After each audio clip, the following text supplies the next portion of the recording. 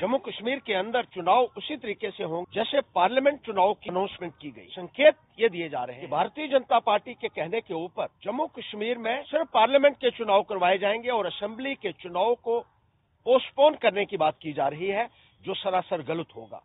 अगर पार्लियामेंट के चुनाव के लिए माहौल साजगार है जम्मू कश्मीर के अंदर, क्या बात है कि आप असेंबली के चुनाव को डिले करना चाहते हैं। इलेक्शन कमीशन ऑफ इंडिया को बगैर किसी किस्म के इन्फ्लुएंस में आए हुए, किसी भी पॉलिटिकल पार्टी के दबाव में आए हुए एक फैसला लेना होगा। जो है जम्मू कश्मीर में करवाने हैं तो दोनों चुनाव जो है वो एक साथ होने चाहिए। बहुत सारे ऑफिसर जो है खुलेआम भारतीय जनता पार्टी के प्रचार करने में लगे। अफसरशाही का राजनीतिकरण जो है केवल सिविल सर्विस रेगुलेशन का उल्लंघन, बल्कि इलेक्शन लॉज की बहुत बड़ी वायोलेशन है। ऐसे ऑफिसर्स जो खुलेआम प्रचार कर रहे हैं पॉलिटिकल पार्टीज का, उनके खिलाफ सख्त से सख्त कार्रवाई होनी चाहिए। ब्यूरोक्रेसी का पॉलिटिसाइजेशन पैंथर्स पार्टी किसी भी कीमत पर बर्दाश्त करने के लिए तैयार नहीं है।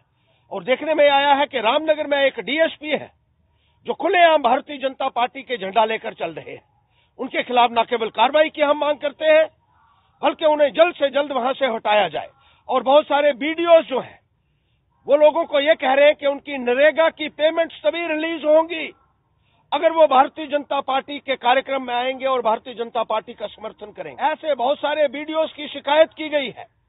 बहुत सारे ऐसे ऑफिसर्स हैं जो खुलेआम भारतीय जनता पार्टी का प्रचार करने में जुटे हुए हैं। उनके खिलाफ शिकायतों के बावजूद उनके खिलाफ कोई कार्रवाई न होना, यह संकेत देता है कि ऊपर सतह पे भी प्रशासन जो है वो पूरी मिलीभगत के साथ इन अफसरों को शह देने की कोशिश कर रहा है।